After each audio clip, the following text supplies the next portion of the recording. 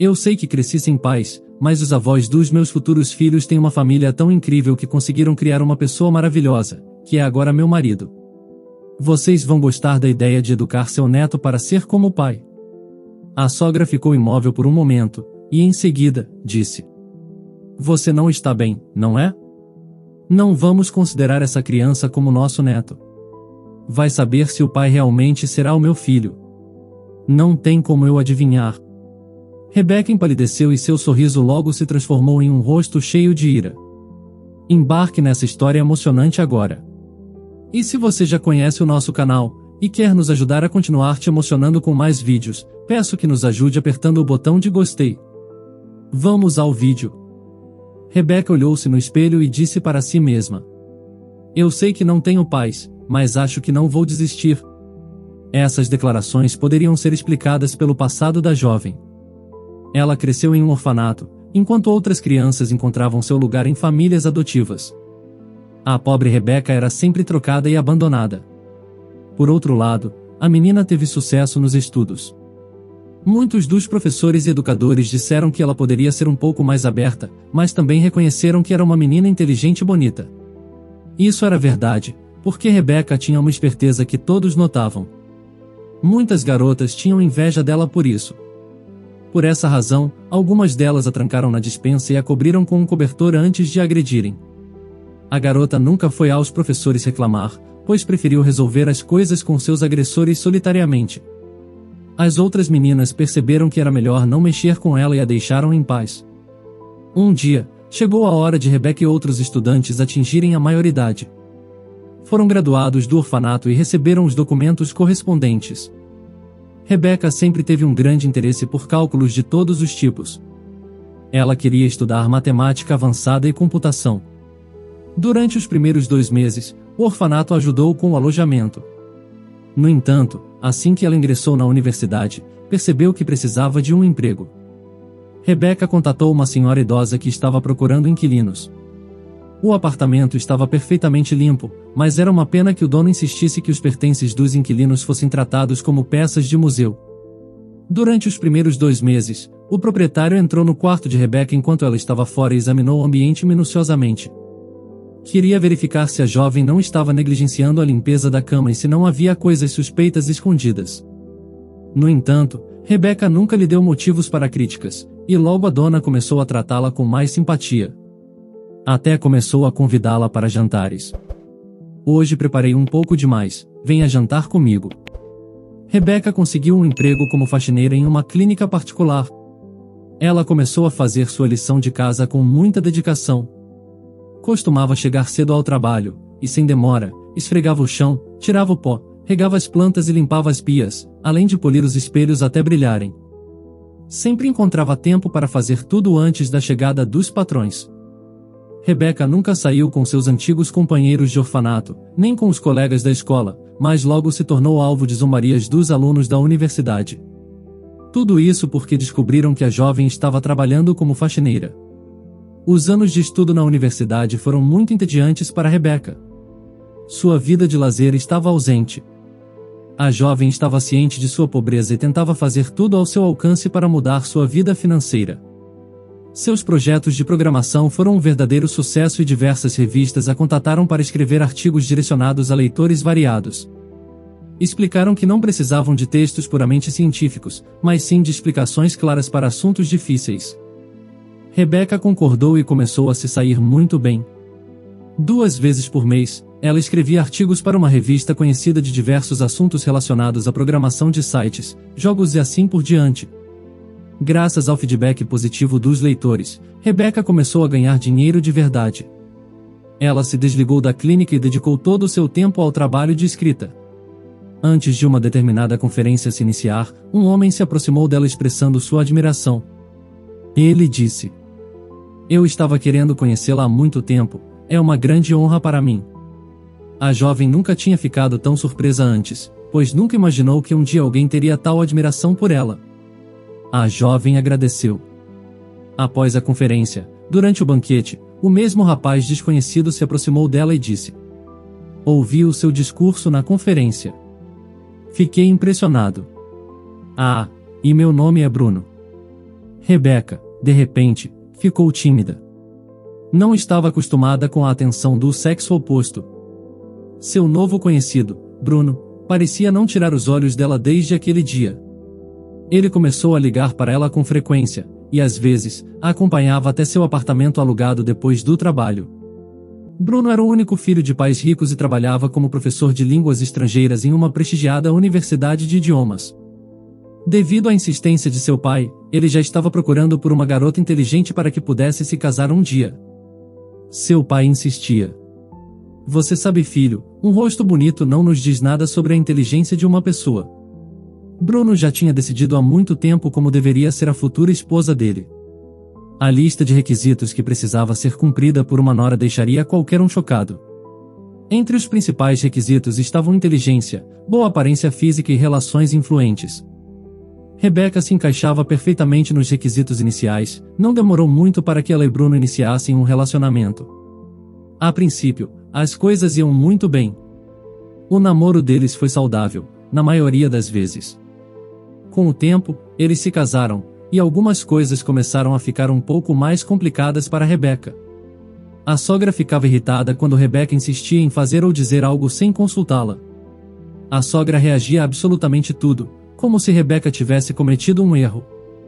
Por exemplo, se ela comprasse um café diferente do habitual, a sogra reagia negativamente. Sim, nós tomamos este café às vezes, mas você deveria ter me perguntado antes de fazer qualquer coisa. Se tivesse perguntado, não erraria. O que mais irritava a sogra era o fato de Rebeca frequentemente ser convidada por colegas de trabalho para reuniões ou conferências. Ela exclamava com raiva. Eles não podem realizar todas as conferências com a presença desta garota. Se soubessem sobre o padrão de vida dela, não a receberiam de braços abertos em todos os lugares. Bruno preferia fingir que nada estava acontecendo e que tudo estava normal. Ele se encontrava dividido entre sua esposa e sua mãe, mas, no final, começou a tratar Rebeca com certa frieza. Um dia, o casal resolveu anunciar a gravidez para os pais de Bruno. A sogra lembrou a nora de sua origem em um orfanato. Insinuou que Rebeca talvez não soubesse como criar um filho corretamente. Rebeca respondeu com um sorriso. Eu sei que cresci sem pais, mas meus filhos terão os seus. Os avós dos meus futuros filhos têm uma família tão unida que conseguiram criar uma pessoa maravilhosa, que é agora meu marido. Vocês vão gostar da ideia de educar seu neto para ser como o pai. A sogra ficou imóvel por um momento, e em seguida, disse. Você não está bem, não é? Não vamos considerar essa criança como nosso neto. Vai saber se o pai realmente será o meu filho. Não tem como eu adivinhar. Rebeca empalideceu e seu sorriso logo se transformou em um rosto cheio de ira. Bruno ficou surpreso ao ouvir as palavras de sua mãe, mas não fez absolutamente nada para suavizar o conflito. Rebeca percebeu que não poderia continuar vivendo assim. No entanto, ela ainda queria saber a opinião do marido, que julgando por seu comportamento, estava claramente com muito medo da reação de sua mãe. E então, ele disse para Rebeca. A culpa é sua. É você quem não consegue se dar bem com minha mãe. Tente compreendê-la mais. Então você acha normal ela me insultar? Você não está preocupado com nada do que aconteceu? Perguntou Rebeca indignada. E o fato de estarmos conversando sobre o filho que você e eu vamos ter, você também não se importa com a forma que ela falou? O que ela diz não importa. O que você tem que fazer é simplesmente dizer que concorda com suas palavras e então continuar seguindo sua vida, afirmou o marido. Entendi, então eu continuarei seguindo a minha vida amanhã. Vou pedir o divórcio, respondeu Rebeca com os olhos lacrimejando e inconformada com a atitude do marido. A vida no orfanato a ensinou a não hesitar em tomar decisões, era melhor agir rapidamente. Ela sabia que, no começo, viver sozinha seria difícil, mas pelo menos ninguém perturbaria sua paz novamente. Esse pensamento lhe deu força e confiança, especialmente como futura mãe. No dia seguinte, sem qualquer hesitação, Rebeca assinou uma petição para a dissolução do casamento. Ao voltar para a casa dos pais, seu marido recolheu todas as suas coisas, guardou-as em uma única mala e chamou um táxi. Antes disso, Rebeca encontrou um quarto para alugar e deu um adiantamento ao proprietário. A sogra observou enquanto ela colocava suas coisas na mala, certificando-se de que nada tinha sido deixado para trás. A mulher saiu do quarto sem dizer nada. Enquanto isso, Bruno estava no trabalho e Rebeca teve que carregar a mala pesada até a rua sozinha, não querendo pedir ajuda aos ex-sogros. Quando Bruno voltou para casa, encontrou sua mãe mais feliz do que nunca, elogiando a decisão de Rebeca. Sua mãe disse: "Ainda bem que ela foi embora. Não se preocupe, as mulheres nunca vão faltar, então você pode escolher qualquer outra." Bruno encolheu os ombros e foi lavar as mãos.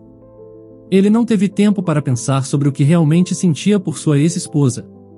No mesmo dia, ele completou todos os procedimentos relacionados ao divórcio.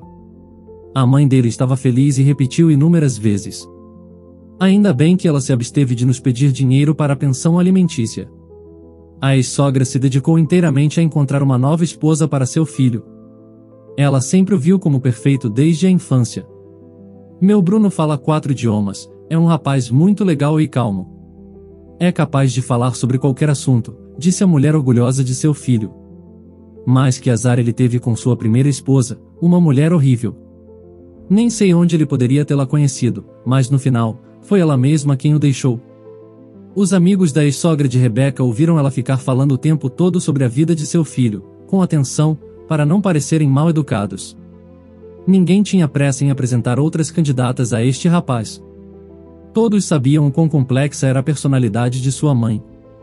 Ela sempre foi a chefe em tudo na vida dele, além do mais, todos conheciam os métodos que ela aplicava para conseguir promoções. Ela ficou irritada com o silêncio da ex-nora, pois na opinião dessa mulher, Rebeca deveria ter voltado implorando de joelhos por perdão. Devia ter pedido uma segunda chance, mas isso não aconteceu. Quando Rebeca deu à luz, deu ao filho o nome de Eric, e cortou toda a comunicação com as pessoas que tinham contato com Bruno. Aos poucos, rumores começaram a chegar até Bruno de que sua ex-esposa ainda estava escrevendo artigos para revistas.